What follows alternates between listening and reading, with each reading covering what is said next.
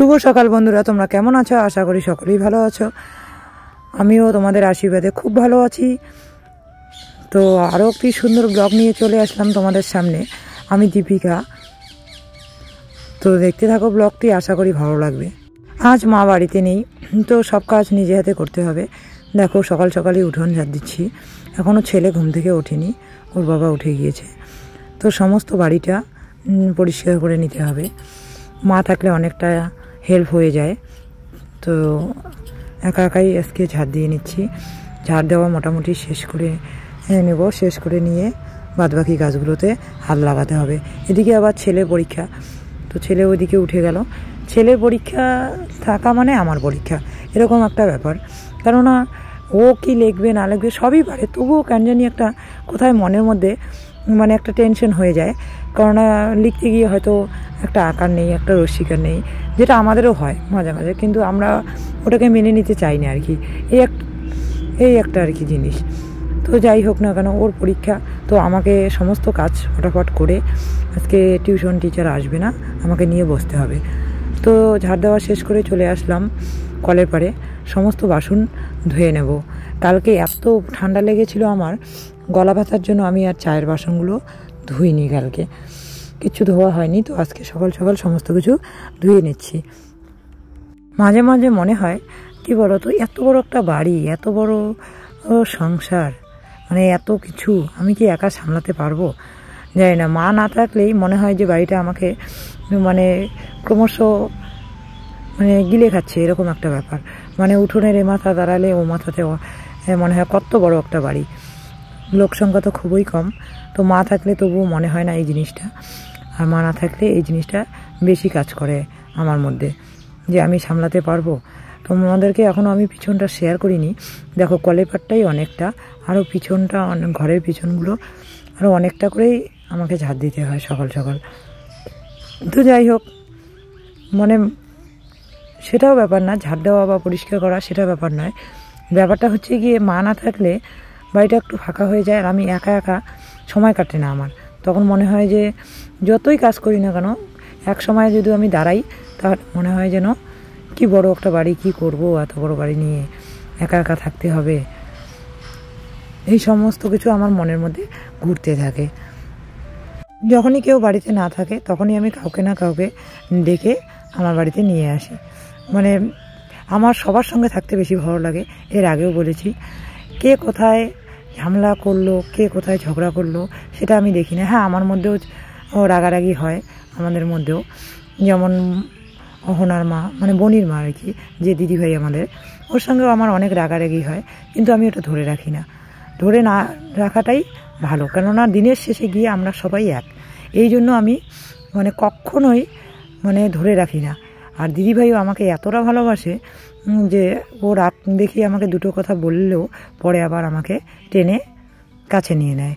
তো যাই হোক, সমস্ত বাসন ধুয়ে চলে আসলাম চায়ের ঘরে। এই যে ছোট্ট হাঁড়িটাতে আমি জল বসিয়ে দিয়েছি খাওয়ার জন্য, গলা ব্যথা এই জন্য গরম জল। সমস্ত বাসনগুলো ঝুড়িতে সাজিয়ে রাখবো, রেখে চা বানাবো। চা বানিয়েই স্নানটা সেরে পুজোটা দিয়ে নেব, ছেলেকে তারপরে পড়াবো। তো যাই হোক না কেন, তো দিদিভাইয়ের সঙ্গে আমার সম্পর্কটা আমি বলেই ফেললাম। তো এই একটা ব্যাপার, মানে কখনোই কারোর সঙ্গে রাগারাগি করে নিয়ে থাকতে নেই। আর আমি এই বাড়িতে যতগুলো আমার যা আছে সবার সঙ্গেই আমি মিলেমিশে থাকি। কেননা ওদের মধ্যে কি হলো না হলো, বা আমাদের মধ্যে কি হলো না হলো, সেটাকে আমি ধরে রাখি না। তো যাই হোক না কেন, অনেক কিছুই বলে ফেললাম, হয়তো বা তোমাদের খারাপও লাগতে পারে। তো দেখো, খুব তাড়াহুড়ো করছি, কেননা এই 2 দিন সিরিয়াল ছেলের পরীক্ষা আছে, আর ছেলেও খুব ক্লান্ত হয়ে গেছে পরীক্ষা দিতে দিতে। 1 তারিখ থেকে পরীক্ষা শুরু হয়েছে, মৌখিক পরীক্ষা। 10 তারিখ হয়ে গেল, এখনও শেষ হয়নি। পরীক্ষা শেষ হবে 16 তারিখ। মানে মোটামুটি আর কয়েকটা লিখিত পরীক্ষা হয়ে গেলে তাহলে আর্ট পরীক্ষা, শারীরশিক্ষা, কর্মশিক্ষা, এগুলো তো বেশি চাপ নেই, তখন একটু হালকা হয়ে যাব, টিউশনটাও হালকা হয়ে যাবে। তো ঠিকঠাকভাবে হয়তো তোমাদের সামনে আসতে পারছি না, মাইন্ডটা হয়তো ফ্রেশ করে তোমাদের সঙ্গে গল্প করতে পারছি না। মানে মনের মধ্যে একটা টেনশন কাজ করছে, ছেলের পরীক্ষা, তাড়াহুড়ো, এই একটা ব্যাপার। ছেলেকে দিয়ে আসতে হচ্ছে। হ্যাঁ, যা পরীক্ষা যখন শুরু হয় তখন আমি দিয়ে আসি, তোমাদেরকে শেয়ার করা হয় না। কোনো দিন আমি দিয়ে আসি, কোনো দিন তোমাদের দাদাভাই দিয়ে আসে। যেহেতু আমরা মধ্যবিত্ত ঘরের লোক, তো সুতরাং তোমাদের দাদাভাইকে জমি জমার দিকটা দেখতেই হয়, এই জন্য কোনো সময় আমাকেই গিয়ে দিয়ে আসতে হয়। তো আমি দিয়ে আসি, আসার সময় যে কেউ নিয়ে আসে, ওর ঠাম্মি আছে, ঠাম্মি নিয়ে আসে, আর নয়তো শেফালিদি নিয়ে আসে। তো যেদিন যেরকম হয় সেদিন সেরকম, কিন্তু একবার হলেও রেডি হয়ে যেতে হয় স্কুলে দেওয়ার জন্য। গেটের সামনেই নামিয়ে দিয়ে চলে আসি। তো যাই হোক, কথা বলতে বলতে চা হয়ে গেল। আর এদিকে দেখো আমার ওই পিসিটা এসেছে, যে পিসিটাকে আমি মাছ পাঠিয়েছিলাম, ওই পিসি এসেছে। আর দাদা তো রোজ দিনই আসে আমাদের বাড়িতে গাই দোয়ানোর জন্য। তো এবার ছেলে বলছে, মা আমি আজকে ডিম পোস্ট খাবো। তো পরীক্ষার দিন সাধারণত আমি ডিমটা দেই না, কিন্তু এত বিরক্ত করছে, তো পিসি দাদা ওরা বলছিল যে কোনো ব্যাপার না, ওগুলো আগের দিনের কথা, ধরলেই ধরা হয়, না ধরলে নাই। তো এই জন্য ওকে আমি এখন ডিম পোস্টটা করে দেব, কারণ একটা বাচ্চার চাহিদা না মেটালে আবার ওর ওপর কোনো কিছু চাপিয়ে দিলেও কিন্তু সেটা বাচ্চার একটা খারাপ এফেক্ট করে আর কি। এই জন্যে ভাবছি যে বানিয়েই দিই ডিম পোস্টটা। তো দাদাদের পিসিদেরকে চা দিয়ে দিচ্ছি, ওকে জল দিয়ে দিচ্ছি। ছেলেটা আমার একদম জল খেতে চায় না, ওকে আগে জল দিই তারপরে দিই খাবার। তো ডিম পোস্টটা বানিয়ে নিলাম, ও আবার মেরি বিস্কুটও খাবে, তো দিয়ে দিলাম। ও খাচ্ছে, খাওয়ার মধ্যে দিয়ে আমি আমার চাটা খেয়ে নিয়ে স্নানটা সেরে নেব। কি বলো তো, জীবনের প্রত্যেকটা পদক্ষেপে একটা করে পরীক্ষা। প্রত্যেকটা পদে পদে চলতে গেলে ভুল ত্রুটি অবশ্যই থাকবে, কিন্তু তার মানে এই নয় সেই ভুলটাকে আঁকড়ে ধরে আমি এই কাজটা করব না, এরকম করে বসে থাকা যাবে। তো যাই হোক না কেন, এই যে কালকের যে মিষ্টিটা ছিল সেই মিষ্টিটা রয়ে গেছে, সেটা দেবো খেতে। তো চলে আসলাম স্নান সেরে, ছেলেকে পড়াতে বসিয়ে দিয়ে এদিকে ঠাকুর মুছতে। ওকে লিখতে দিয়েছি, ও লিখবে। তো আমি ঠাকুরটা মুছে নেব এবং পূজাটা দিয়ে নেব। তো আজকে আবার দেখি ছোটো মা মন্দিরটা মুছে ফেলেছে, পুজোও দিয়ে দিয়েছে। তো আমি বাড়ির দুটোই দেবো, রেগুলার মা দেয় মন্দিরের পুজো। তো ছোটো মা বললো যে তুমি একা একা এত সামলাতে পারবে না, এই জন্য মন্দিরের পুজোটা দিয়ে দিয়েছে। তো যেটা বলছিলাম আর কি, কী বলো তো, জীবনের প্রত্যেকটা পদক্ষেপে ভুল, মানুষ মানেই ভুল, কোনো না কোনো ভুল হবেই, সেই ভুলটাকে ধরে রাখা যাবে না। আর এইদিকে দেখো, ঠাকুর ঘরে চলে আসলাম। ঠাকুর ঘরের আসনটা কাঁচা ছিল, যেহেতু ঠাকুরঘরটা কাঁচা ছিল, কিছুদিন আগেই করা হয়েছে, আসনটা একদম নষ্ট হয়ে গেছে, এটাকেও চেঞ্জ করতে হবে। আমি এখন ভেবেই পাচ্ছি না যে কোনটা চেঞ্জ করব। এত জিনিস একবারে যদি চেঞ্জ করতে যাই, এত টাকা পাবো কোথায়? তো মধ্যবিত্ত সামান্য কৃষিকাজ করে আমরা খাই, তো এত জিনিস নষ্ট হয়ে গেছে, এগুলোকে বানাতে প্রচুর টাকার দরকার। তো মনটাকে এটাই সান্ত্বনা দেই যে আস্তে আস্তে একটা করে করে নেব। তো দেখো এদিকে মোটামুটি আমার পুজোটা দেওয়া শেষ হয়ে গেল। পুজো দিতে আসার আগেই আমি আবার ভাতটাকে গ্যাসের মধ্যে বসিয়ে দিয়েছি, কারণ ছেলে খেয়ে স্কুলে যাবে। আর সকাল খাওয়া একটা আমারও অভ্যাস, মানে 10টা সাড়ে 10টার মধ্যে আমার খিদে লেগে যায়, আমি খেয়ে নিই। তো এই জন্য একটা দুটো যা সবজি হয়ে যায়, বেশিরভাগই আমার 11টা সাড়ে 11টার মধ্যে রান্না কমপ্লিট হয়ে যায়। আগে তো 10টায় হয়ে যেত, 10টার মধ্যে। এখন একটু টাইম ধরা কোনো কিছু না থাকলেও আমার এটা অভ্যাসে পরিণত হয়েছে, সাড়ে 10টা বাজতে আমার রান্না মোটামুটি কমপ্লিট হয়ে যায়। যাই হোক, ভাতটা হয়ে গেছে, এদিকে ফুলকপি আলু কেটে নিয়েছি, এগুলো সবজি বানিয়ে নেব। মাছ, কালকের মাছ আছে, ওই মাছ দিয়ে সবজি বানিয়ে নেব। আর দেখা যাক কী রান্না হয়। রান্না বসিয়ে দিয়েও কিন্তু আমি দৌড়াদৌড়ি করে বারবার চলে যাচ্ছি ছেলের কাছে। ছেলে লিখছে কি লিখছে না, ও করছে কি করছে না, তো এই একটা ব্যাপার। তো আগেও এরকম করে করতে একটা অভ্যাস হয়ে গেছে, এখনও এই অভ্যাসটা রয়ে গিয়েছে। তো রান্নাটা হয়তো বা লেটে করলেও হতো, তো আমি ভাবলাম যে একটা সবজি করে রেখে ওর কাছে গিয়ে বসবো এবং দেখার পরে তারপরে আমি বাদবাকি সবজিগুলো করে নেব। তো সেরকম একটা মনে ধারণা নিয়ে ফুলকপি আলুটাকে কেটে বসিয়ে দিলাম। ওর তো ফেভারিট হচ্ছে বেগুন ভাজা আলু সিদ্ধ, ওর জন্য আলু সিদ্ধ দিয়ে দিয়েছি, বেগুন ভাজা করে নেব। আর ফুলকপি আলুটা আমি একটু বয়েল করে নেব, এই জন্য দিয়ে ওর কাছে চলে যাচ্ছি বারবার। সবার জীবনে চলার পথটা আলাদা, সবার জীবনের একটা পার্সোনালিটি থাকে, তো যার যারটা যার যার রকম, আর যে যেটা ভালো বোঝে সে সেটাই করে, ঠিক আছে। কাউকে বুঝিয়ে নিয়ে বা কাউকে বোঝালেও যারা বোঝে, যাদের মধ্যে বোঝার ক্ষমতা আছে, তারা নিজেরাই নিজেদের মধ্যে ঠিক হয়ে যাবে। এই কথাটা আমি এই জন্যই বললাম যে অনেক দিদিরা আমাকে বলছে, তো আমাকে না দূর থেকে তোমরা অপরাধী করো না, এটা আমার অনুরোধ। কারণ আমি আমার মাঝখানেই থাকতে চাই, আর আমি সবাইকে নিয়ে থাকতে চাই। আমার মধ্যে কোনো দ্বন্দ্ব নেই, আমি সবার সঙ্গে মিশি, সবার সঙ্গেই যাই, যেই ডাকবে আমি তার কাছেই যাব। আর আমি যখন যাকে সামনে পাচ্ছি তাকেই ডেকে নিচ্ছি। যেমন কালকে আমি একা ছিলাম, সবার বাচ্চার পরীক্ষা, তো মৌ দাঁড়িয়েছিল বাইরে মন্দিরের সামনে, ওকে ডেকে নিয়ে চা করে নিয়েছিলাম, দুজনে একটু সময় কাটিয়েছিলাম।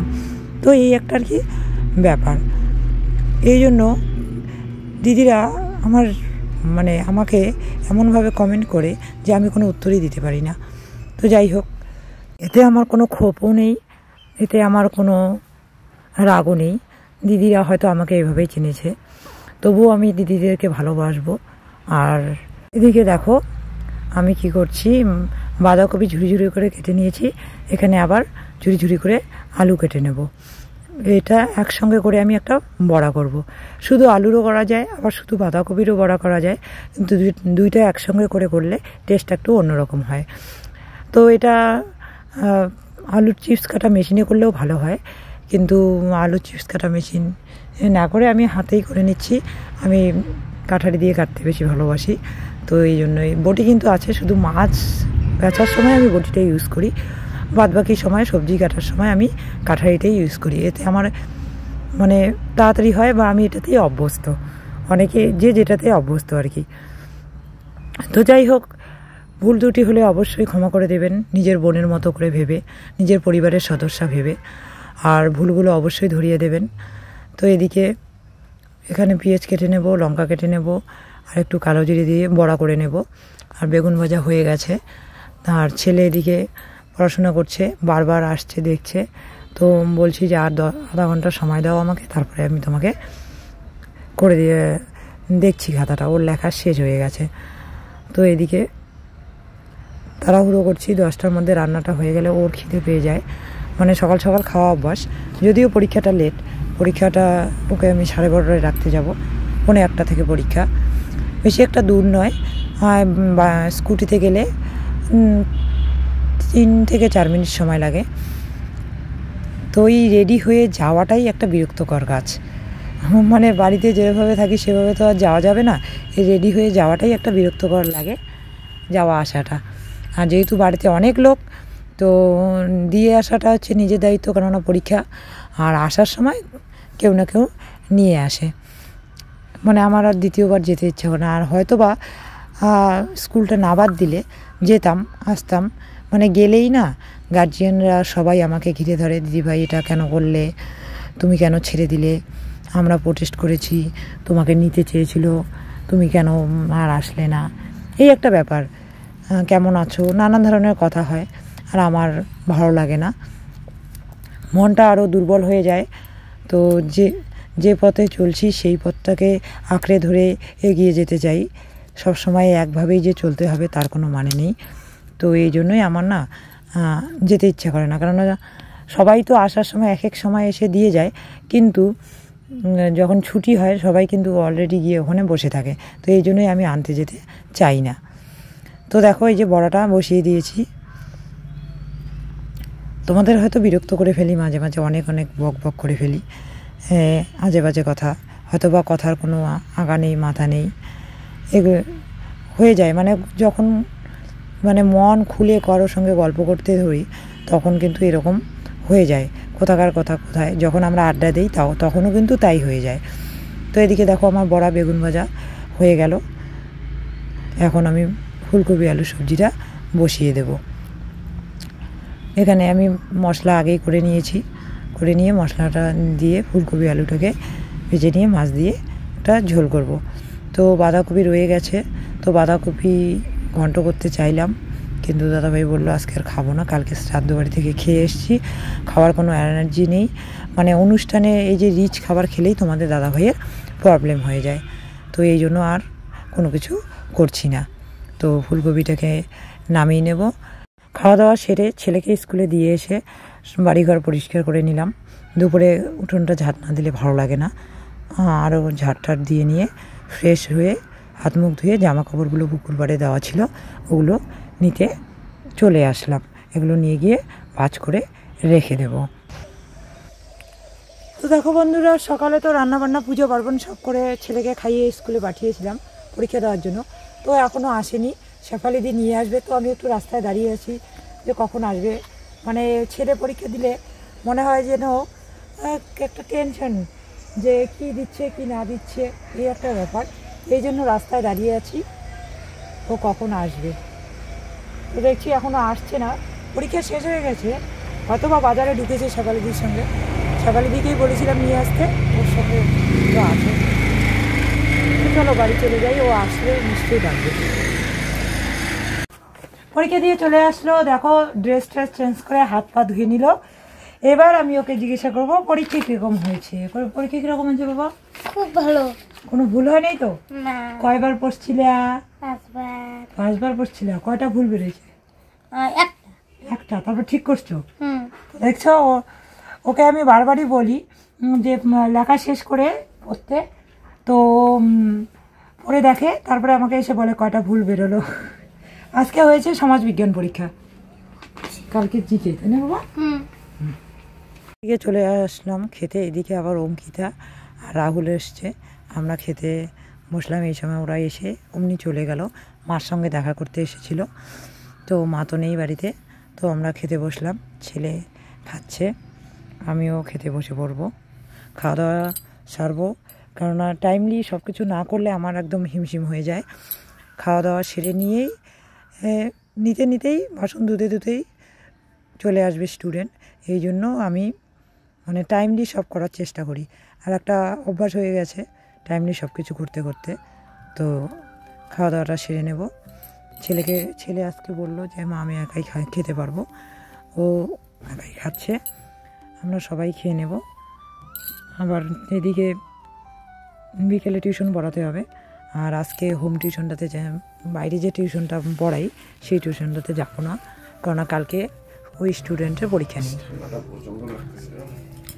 তো রোজ দিনই সন্ধ্যাবেলা চা খাই। কালকে আসছিলো মৌকে ডেকে নিয়ে আসছিলাম, একা ছিলাম জন্য। তো আজকে এমনি আসলো কাজের ফাঁকে একটু, তারপরে আমি বললাম চা খেয়ে যাও, ও একদম দৌড়, আমি জামা টানে ধরে চা খা।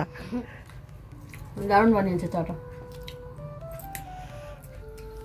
তো দেখো বন্ধুরা, রাত অনেক হয়ে গেছে, 11টা বাজে। তো ছেলেকে খাইয়ে দিয়েছি, ও শুয়ে পড়েছে। তো আমরা এখন খাচ্ছি। আজকে রাত্রে রান্না হয়নি, কেননা দুপুরে আবার রান্না করেছিলাম, সকালে ভাত করেছিলাম, ছেলে খেয়ে স্কুলে গেছে, দুপুরে আবার করেছিলাম, একটুখানি ভাত করেছিলাম।